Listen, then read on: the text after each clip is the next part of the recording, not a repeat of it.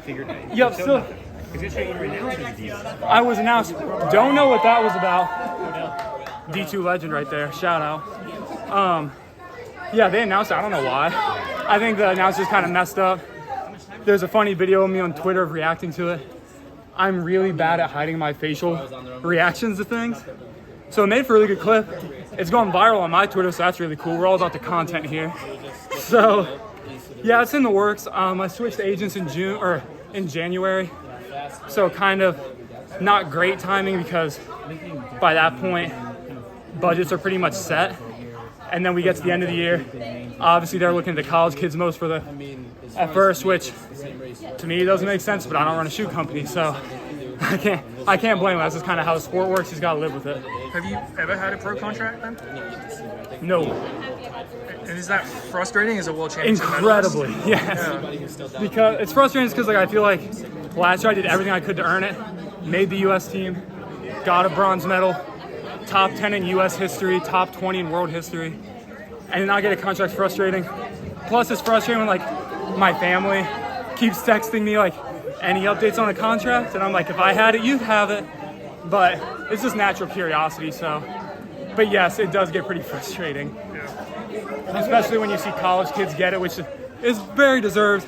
But in my mind, I felt like I've proven it on a world level last year, and I'm working on it again this year. So it's all in good timing. God's plan's perfect. So see what happens. So when you're in the concert, how do you choose race to race what you wear, what you run it?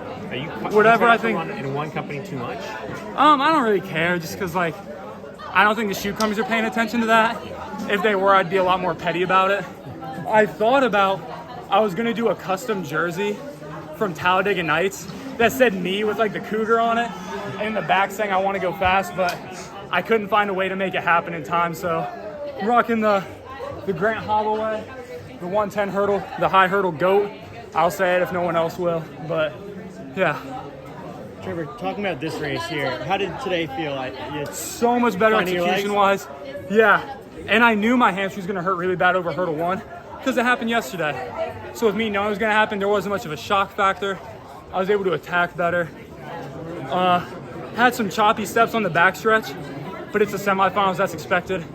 And that's why I hate the rounds, but I love them because it's like a big practice, right? So now I fully know what to expect from myself going to that final. Just have to go do it. What were the big changes this year getting down to Florida and training that coaches seen maybe that you've been adjusting this year? Yeah, me being the ignorant post-college kid, I always told people I had a PhD in the 400 hurdles. Coach Holloway, I found out really quickly I do not, and he does. So it's just kind of adjusting to that, taking his coaching, trusting him with race plan stuff, even when I'm kind of I don't know. But whenever he says something and I don't know about it, I tell myself, I didn't move my whole life down to Florida. Like I said yesterday, a state I had never set foot in ever. We just found our apartment on Zillow and said, send it, we're good. But I didn't move my whole life down to Florida to not listen to the greatest coach of all time. So it's just trusting him, trusting his plan and everything. Even when stuff's not going well, I see how the college kids are doing at NCAAs. I mean, the Florida men every year are popping off. So just trusting that and knowing that it'll come for me. What does it say on your hand? Isaiah 40:31, my favorite verse. It's fitting since I went to Ashland University. We're the Eagles. The verse says, those who hope in the Lord shall renew their strength. They will soar on wings like eagles. They will run and not grow weary. They will walk and not be faint. Great verse for the 400 hurdles. Because you get about 250 in, starting to feel a little weary. You get to that last hurdle, starting to feel a little faint. And that hurdle looks like 42 inches instead of 36. So it's a perfect verse for that. I'm reciting it to myself as I'm standing there in the blocks.